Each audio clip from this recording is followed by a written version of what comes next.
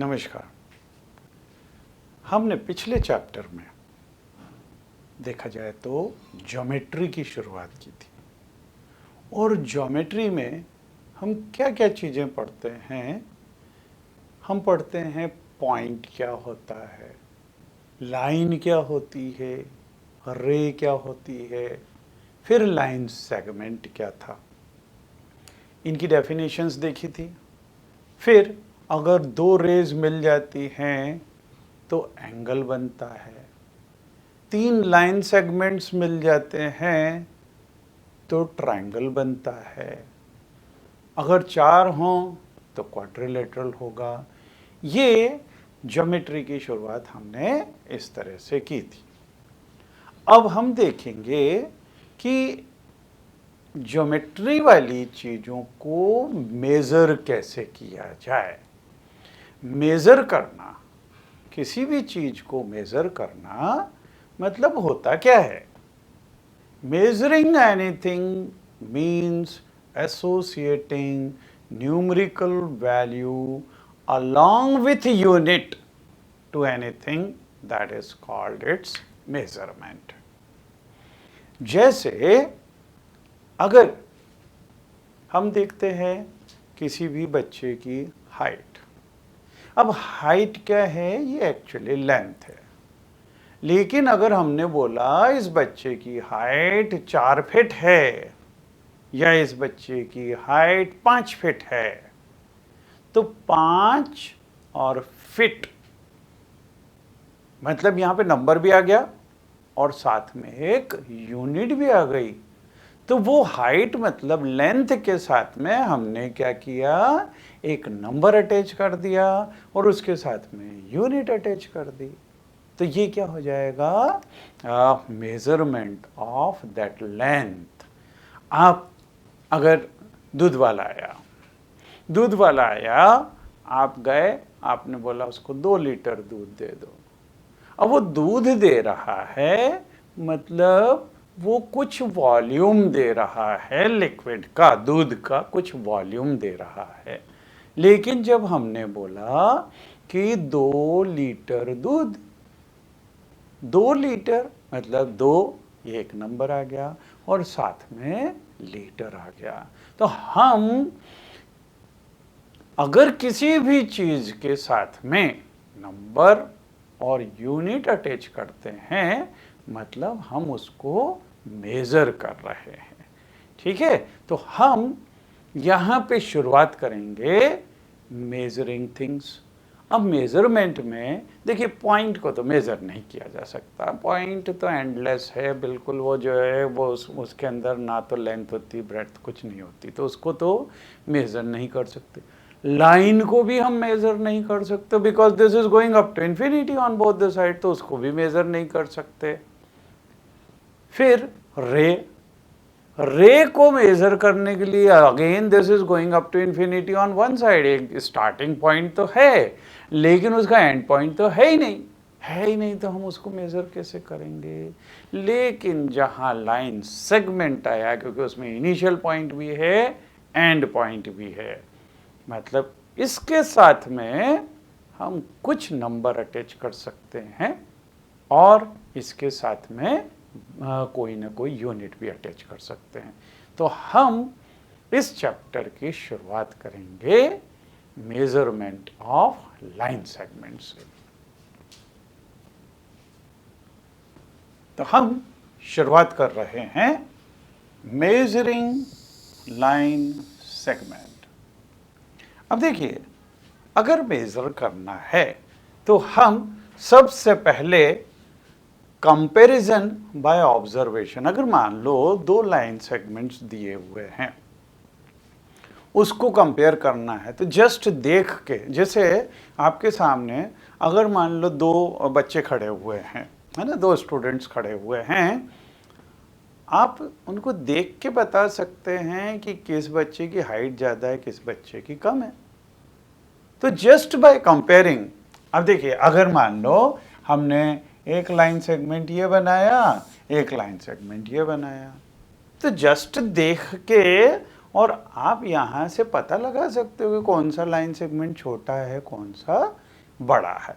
तो कंपैरिजन हम just observation से हम कंपेयर कर सकते हैं, है ना। अब अगर मान लो ये दोनों में से इनकी अप्रोक्सीमेटली, ये अगर दूसरा एक वो और बनाया, ये इस तरह का है ना। अब बहुत ज़्यादा इनमें डिफरेंस नहीं है।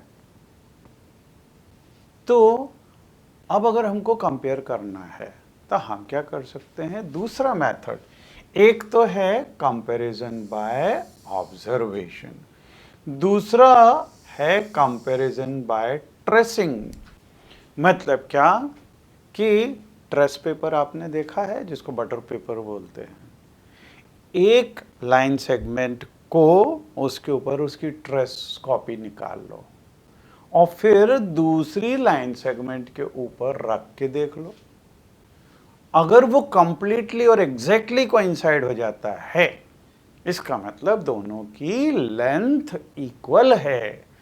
लेकिन अगर एक दूसरे से बड़ा हो तो हम बोलेंगे कि ये दोनों इक्वल नहीं है। तो ट्रेसिंग से भी हम ये निकाल सकते हैं, मेजरमेंट देख सकते हैं कि हाँ कौन सी चीज़ बड़ी है और कौन सी चीज़ छोटी है ना। ये चीज़ हम कर सकते हैं। अब तीसरा, comparison by using ruler and divider. अब देखिए, रूलर और डिवाइडर, आप ज्योमेट्री बॉक्स देखा होगा आपके पास में, उसके अंदर बहुत तरह के इंस्ट्रूमेंट्स रहते हैं। एक तो स्केल रहती है, पहली चीज़ है ना, स्केल रहेगी। फिर उसके साथ में डिवाइडर रहता है, फिर उसके साथ कंपास रहता है, जिसको जनरल लैंग्वेज में बच्चे लोग राउंडर भी बोलते हैं, है ना, वो भी रहता है। फिर प्रोट्रैक्टर रहता है। प्रोट्रैक्टर, उसको जनरल उसमें बहुत सारे लोग डी बोलते हैं, क्योंकि उसका शेप डी जैसा रहता है, तो उसको डी भी बोलते हैं, है ना। इसके अलावा दो ट्रायंगल्स जैसे भी रहते हैं, उन ट्रायंगल्स को बोलते हैं सेट स्क्वायर। ठीक है, उसमें दो टाइप के रहते हैं, दोनों के शेप अलग अलग रहते हैं। बाद में मैं बतलाऊंगा कि हाँ वो किस तरह के रहते हैं, उसमें डिफरेंस क्या है। ठीक है, तो डिवाइडर भी है। अब डिवाइडर होता है इस तरह का। इस डिवाइडर के अंदर यहाँ पे दो नेडल्स जैसी लगी रहती हैं, जबकि कंपास में एक जगह पेंसिल फंसाने का उसमें लगा रहता है और पेंसिल घूमती है उसके अंदर, है ना। तो अगर हमको कंपेयर करना है रूलर और डिवाइडर का यूज़ करके, तो हम कैसे कंपेयर कर सकते हैं। एक, इसको जैसे ये लाइन सेगमेंट दिया है, तो डिवाइडर को क्या करें, यहाँ से लेके यहाँ तक इसको फैला कर दें, इसको चौड़ा कर दें। चौड़ा करके एक पॉइंट यहाँ पे, एक पॉइंट यहाँ पे रख दें। अब एक पॉइंट इधर, एक पॉइंट इधर रखा। अब दूसरे के ऊपर अगर हम रख के देखेंगे तो उससे मालूम पड़ जाएगा कि ये छोटा है, पहला वाला जो लाइन सेगमेंट है वो दूसरे से छोटा है या उससे बड़ा है। तो कंपेयर तो ऐसे कर सकते हैं। अब हम मेजरमेंट अगर करना हो किसी लाइन सेगमेंट का, तो मेजरमेंट कैसे करेंगे। मेजरमेंट करने के लिए अब हमको क्या करना पड़ेगा, उसके साथ एक नंबर अटैच करना है और साथ में यूनिट भी अटैच करनी है। आप अपने ज्योमेट्री बॉक्स के अंदर इस तरह की स्केल देख सकते हैं। इस स्केल के अंदर आप देखेंगे यहाँ पे बड़े बड़े पार्ट्स किए हुए हैं और यहाँ पे छोटे छोटे पार्ट्स किए हुए हैं। एक साइड इस स्केल के 15 पार्ट्स किए हुए हैं और एक उसमें इसके 6 पार्ट्स किए हुए हैं। तो 6 पार्ट्स वाला ये होगा इंचेस के अंदर। ठीक है, क्योंकि हम बोलते हैं ना तुम्हारी हाइट वो 5 फुट 4 इंच, तो इंच क्या है, ये वाला जो पार्टीशन है ये यूनिट इसकी है 1 इंच, तो यूनिट बोलते हैं 1 इंच। ठीक है, तो ये इंच में होगा, और जो ऊपर होगा ये ऊपर वाला ये सेंटीमीटर में होगा। ठीक है, तो छोटा वाला जो वो है वो सेंटीमीटर में है, और आप देखोगे कि हर सेंटीमीटर को भी उसने 10 इक्वल पार्ट्स में डिवाइड कर रखा है, तो इससे एक्यूरेसी और बढ़ जाएगी। अब ये जो 10 इक्वल पार्ट्स हैं, इसमें से each part, this is called 1 millimetre. तो 1 सेंटीमीटर वो 10 मिलीमीटर के बराबर होगा। ठीक है, तो अब अगर हमको इसकी लेंथ का मेजरमेंट करना है, तो राउंडर को यहाँ से लेके यहाँ तक एक्सटेंड किया, और फिर इसको उठा के यहाँ पे 0 पे रख दिया। 0 पे रख के और फिर यहाँ पे देख लो कि ये कितने कौन से नंबर पे आ रहा है। अगर ये 5 सेंटीमीटर पे आ रहा है तो हम बोलेंगे इस लाइन का मेजरमेंट 5 सेंटीमीटर है।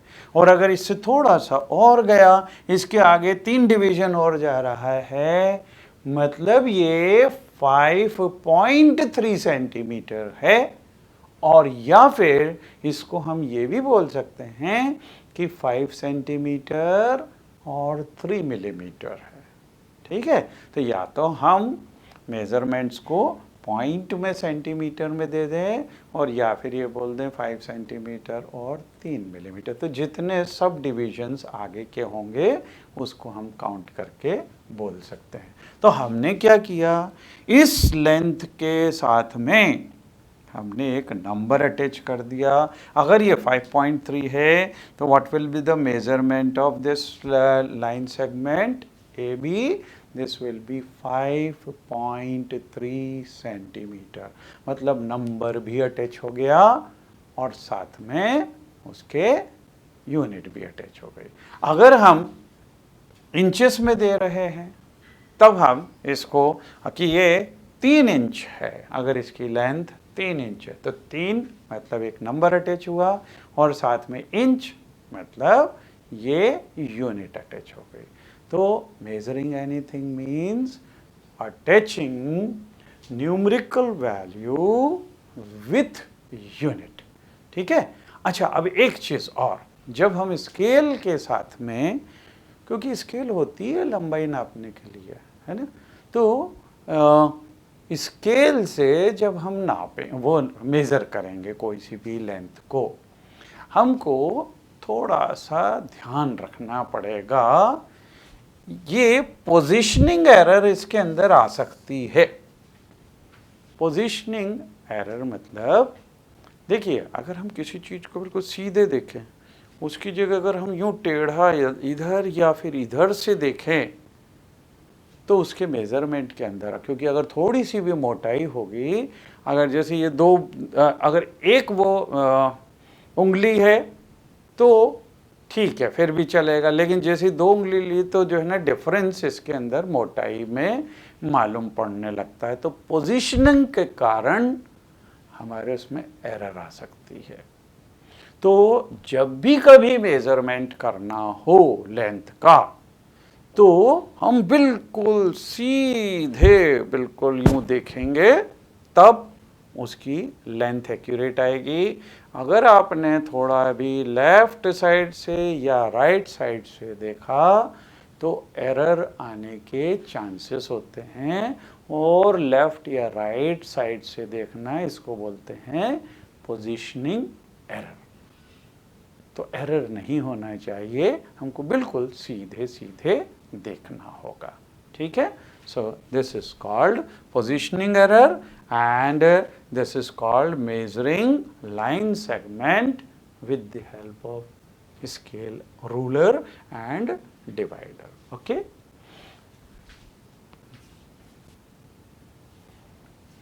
अब देखिए मेजरमेंट के ऊपर बेस्ड क्वेश्चंस भी हो सकते हैं, क्योंकि एक बार अगर हमको मेजरमेंट करना आ गया, स्केल से ये देखना आ गया कि ये इतने सेंटीमीटर का, ये उतने सेंटीमीटर का है, तो हम कुछ चीज़ें पता कर सकते हैं कि कौन सा पॉइंट किसके बीच में लाए कर रहा है। बीच में लाए कर रहा है तो वो मिड पॉइंट है कि नहीं है। ये इस तरह के क्वेश्चंस डिजाइन किए जा सकते हैं। अब देखिए पहला question, if A B C are 3 points on a line such that AB is equal to 5 centimeter, BC is equal to 3 centimeter and AC is equal to 8 centimeter. Which of them lie between the other two? तो यहाँ पे measurement तो दे दिए। अब हमको ये निकालना है कि ए वो बी और सी के बीच में है, या बी ए और सी के बीच में है, या फिर सी ए और बी के बीच में है। तो ये चीज़ हमको निकालनी है। तो देखिए हम सबसे पहले क्या करें, एक लाइन सेगमेंट ड्रॉ करेंगे। अब देखिए यहाँ से ए बी 5 सेंटीमीटर, तो अगर ये ए और बी, ये ए बी 5 सेंटीमीटर है और ये किस में है, लाइन में है ना। जब ये लाइन में है मतलब हम सी को यूं नहीं ले सकते, इस साइड नहीं ले सकते, इस सी को हमको इसी में लाइन में लेना होगा। तो यहां से बी से सी, बी सी, ए बी तो हमने 5 सेंटीमीटर ड्रॉ कर लिया, फिर बी सी अगर हम 3 सेंटीमीटर, तो स्केल से यहाँ पे इधर मार्क किया, ये ए को मार्क किया, फिर बी को मार्क किया और फिर यहाँ से 3 सेंटीमीटर आगे बढ़ा दिया। तो ये आ गया हमारा पॉइंट सी, ठीक है। और ए सी 8 सेंटीमीटर है। ए सी यहाँ से लेके यहाँ तक 8 सेंटीमीटर है, 8 सेंटीमीटर है। और देखिए 5 और +3 ये भी 8 है ना। तो अब यहाँ पे देख के हम क्या बतला सकते हैं, बी ए और सी के बीच में है, या ए बी और सी के बीच में है, या सी ए और बी के बीच में है। तो ये तो सीधा सीधा से दिख रहा है कि ये बी पॉइंट ए और सी के बीच में होगा, है ना। तो जस्ट स्केल से मेजर करके और हम ये पता कर सकते हैं कि कौन सा पॉइंट किन दोनों पॉइंट्स के बीच में लाया कर रहा है, ठीक है। अब हम एक और क्वेश्चन देखें, verify whether d is mid point of A g. तो हमको ये निकालना है कि ये मिड पॉइंट है या नहीं डी ए जी का, ठीक है। अब देखिए ये बी इन दोनों के बीच में तो लाई कर रहा है, लेकिन क्या ये मिड पॉइंट है। मिड पॉइंट का मतलब क्या होता है, अगर किसी के इधर जितना डिस्टेंस है उतने ही इधर डिस्टेंस पे कोई बैठा हुआ होगा, मतलब ये बिल्कुल बीच में बैठा हुआ है आदमी, है ना। तो कोई सा भी पॉइंट मिड पॉइंट कब कहलाएगा, जबकि उसके लेफ्ट साइड का डिस्टेंस, लेफ्ट साइड वाले पॉइंट का डिस्टेंस और राइट साइड वाले पॉइंट का डिस्टेंस अगर इक्वल हो तो बोलेंगे मिड पॉइंट, है ना। तो अब यहाँ से देखें हम, देखिए हमको निकालना है D is mid point of A G. D मतलब ये A और G, ये A और ये G है, ठीक है। तो अब देखिए हम यहाँ पे A और D के बीच का डिस्टेंस अगर देखें तो हमको डिवीजन काउंट करने पड़ेंगे कि कितने डिवीजन्स आ रहे हैं A और D के बीच में। A से डिवीजन देखें 1, 2 और ये 3, मतलब यहाँ से ये डिस्टेंस 3 सेंटीमीटर हो तो सेंटीमीटर, इंच हो तो इंच, या हम 3 यूनिट्स लिख लेते हैं, है ना। यहाँ से यहाँ तक 3 है। अब डी से लेके जी तक भी देखें तो 1, 2 और ये 3, तो यहां से यहां तक भी 3 यूनिट का डिस्टेंस है। इसका मतलब डी ये ए जी का मिड पॉइंट होगा। Okay, so you can write after this, you can write answer since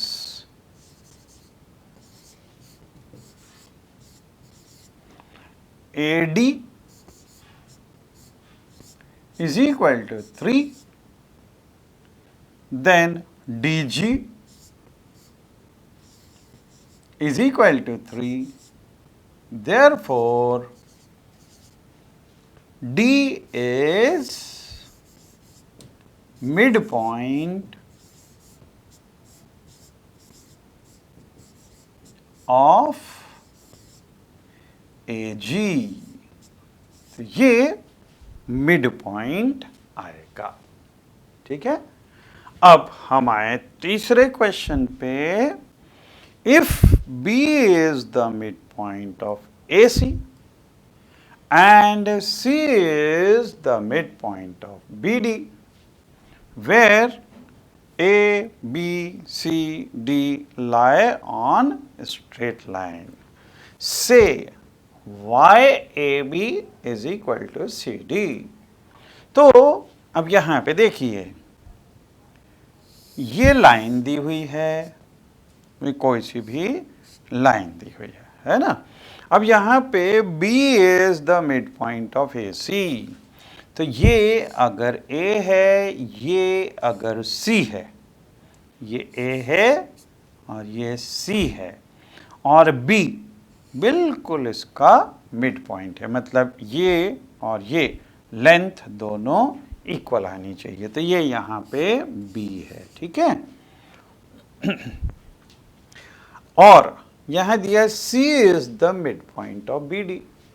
अब C B और D का मिड पॉइंट है, इसका मतलब D जितना BC का डिस्टेंस है उतना ही BD का डिस्टेंस भी होना चाहिए।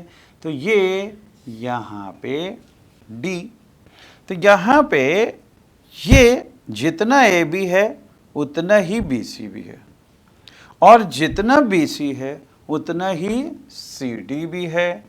तो हमको लिखने का है कि AB is equal to CD क्यों होगा, तो हम इसको लिखेंगे answer.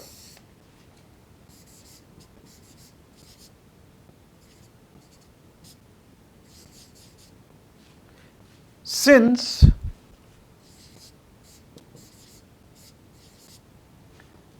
B is midpoint of AC, B is midpoint of AC, therefore this AB will be equal to BC। तो AB is equal to BC, ये अगर हमारी फर्स्ट इक्वेशन है ना, इसको हम फर्स्ट इक्वेशन बोलते हैं। और since C is midpoint of BD, ये देखिए C is midpoint of BD, C is midpoint of BD, therefore अब अगर ये मिड पॉइंट है तो ये C BD का मिड पॉइंट है, तो BC is equal to CD, so therefore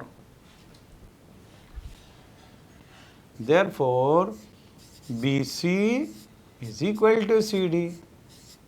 इसको अगर हम सेकंड इक्वेशन लिख दें,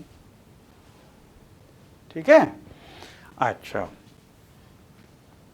AB is equal to BC और BC is equal to CD, therefore by 1 and 2 a B is equal to B c और b C is equal to C D, therefore A B is equal to C d. A B is equal to C D.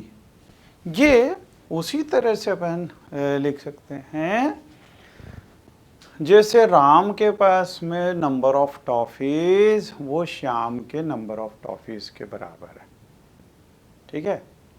और श्याम के पास जितनी toffee है उतनी ही मोहन के पास में है। इसका मतलब राम के पास जितनी टॉफीज है मोहन के पास भी उतनी टॉफी होंगी, है ना। ये इक्वेशन जैसी हो गई कि अगर राम के पास में 5 टॉफी है वो श्याम के बराबर हैं तो श्याम के पास भी 5 है, और श्याम के पास जितनी है उतनी ही मोहन के पास में है, तो श्याम के पास अगर 5 तो इसके पास भी 5। इसका मतलब क्या हुआ कि राम के पास में और मोहन के पास में दोनों के पास में बराबर बराबर टॉफीज हैं 5-5। तो यहाँ पे अगर ये पहली इक्वेशन है, ये दूसरी equation A B is equal to B C but B C is equal to C D, therefore A B is equal to C D हो जाएगा।